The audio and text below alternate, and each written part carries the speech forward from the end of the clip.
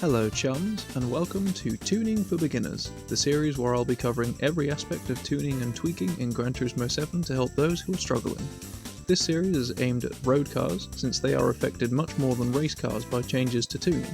It's worth mentioning that my advice here will hopefully help you with consistency, but not necessarily with speed, so if you're chasing the last few tenths of a second at Sardinia to make grinding more efficient, I'm afraid this series probably won't help you. Now let's begin. Today's topic is ballast weight. To most of us, less weight is better in every situation.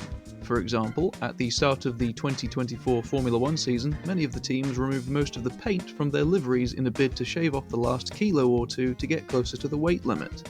Another example is the 1986 Group B Rally Championship, where Lancia entered the Delta S4 and shaved weight anywhere possible, to the point that the car was downright fragile and had to be replaced with the older, more durable Lancia 037 for some of the more demanding rally events. All of this sounds like common sense. Less weight means better braking, turning, tyre wear, fuel consumption, and acceleration. However, Gran Turismo 7 doesn't always subscribe to the idea of common sense, and there are a few instances in which some strategically placed weight can actually make you faster. Ballast weight is fairly simple. Available in the tuning shop, it allows you to add up to 200 kilos or 441 pounds, while also giving you the choice of how far towards the front or the rear of the car you place that weight. This can greatly influence the weight distribution, which is one of the most important things that will define a car's handling characteristics. For example, adding ballast weight to the front of an unstable mid or rear engine car can reduce lift-off oversteer. On the flip side, adding weight to the rear of a front-heavy car can reduce understeer. All of that is fairly self-explanatory, but there are situations where ballast weight can make your car faster than without the weight, which seems counterintuitive. But in Gran Turismo 7 at least, it does work. To show how it can help, I'll now go over a few examples. The simplest example is a drag race. Granted, we don't perform many grid starts in Gran Turismo 7, but as power is increased, wheel spin can occur at well over 100 miles per hour. Adding ballast weight over the driven wheels will add grip to those wheels, improving acceleration out of corners. Here is a fully upgraded engine-swapped Honda Integra with no ballast on the left, and on the right we have the same car but with 200 kilos of ballast over the front axle. With the added weight, it's half a second faster in the drag race.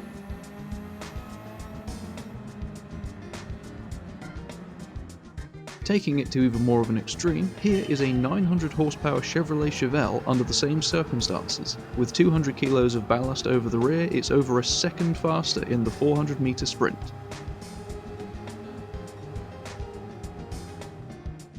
The next examples will be full lap comparisons, showing circumstances where ballast weight can make a car faster. We'll stick with the Chevrolet Chevelle for now. On the left, the car has the full 926 horsepower and all weight reduction with no ballast. On the right is the exact same car with roughly 100 kilos of ballast weight as far back as possible. So the car is heavier, but its weight distribution is closer to the rear, where the power is going. While braking distances are increased and the car does not change direction as fast, the improved traction from low speeds makes the car faster overall, despite the lack of low-speed acceleration zones on this particular track. The Chevelle also feels generally nicer to drive with more weight too, since it's less prone to wheel spin and, as a result, slightly less likely to oversteer. When adding weight to the rear of a powerful front-engined rear-drive car, it's worth keeping in mind that you can overdo it. Once the weight distribution reaches 50-50 and beyond, the car can be prone to lift-off oversteer, similar to a Porsche. With these cars, a slight front bias is usually a good compromise. 52-48, for example. Speaking of Porsches, here is our next example. The 911 Carrera CS, like the rest of the 911s, has its engine in the wrong place. Thanks to all of that weight out past the rear axle, the car is notoriously difficult to drive. When the driver lifts off the throttle, the weight of the car shifts forward and the rear end lifts, and that engine swings around like a pendulum, sending the car backwards into a tree, killing the driver to death. On the left is the fully upgraded car, and on the right the car has 80 kilos of ballast added to the front.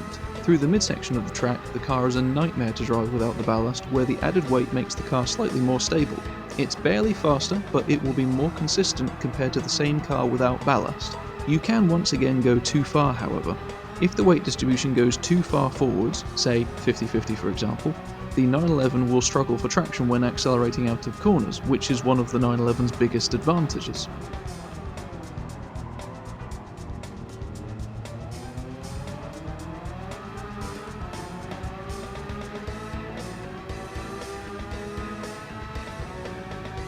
The last example is rather extreme. Anyone who's been with this channel for a while will hopefully be familiar with this death trap. High power, lightweight, front-wheel drive cars simply don't work. On the left, the car is fully upgraded with no weight added, and on the right is the same car but with 180 kilos added to the front. The brakes are now next to useless, but the increase in traction out of corners more than makes up for it, since without the weight the car will wheel spin to well over 150 miles per hour.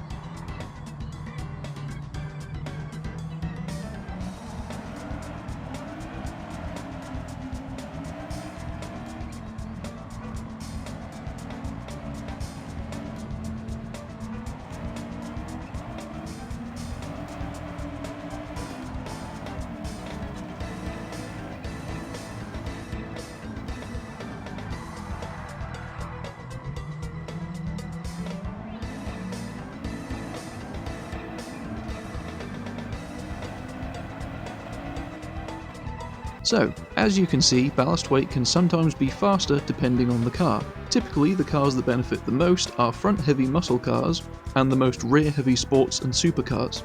If you're struggling with your car, some strategically placed weight may be the answer. And that was my guide to ballast weight in Gran Turismo 7. Hopefully my advice in this video has helped. That was episode 6 of Tuning for Beginners. Thank you very much for watching. If this helps you, I'd be very grateful for your subscription. Take care and ta-ra!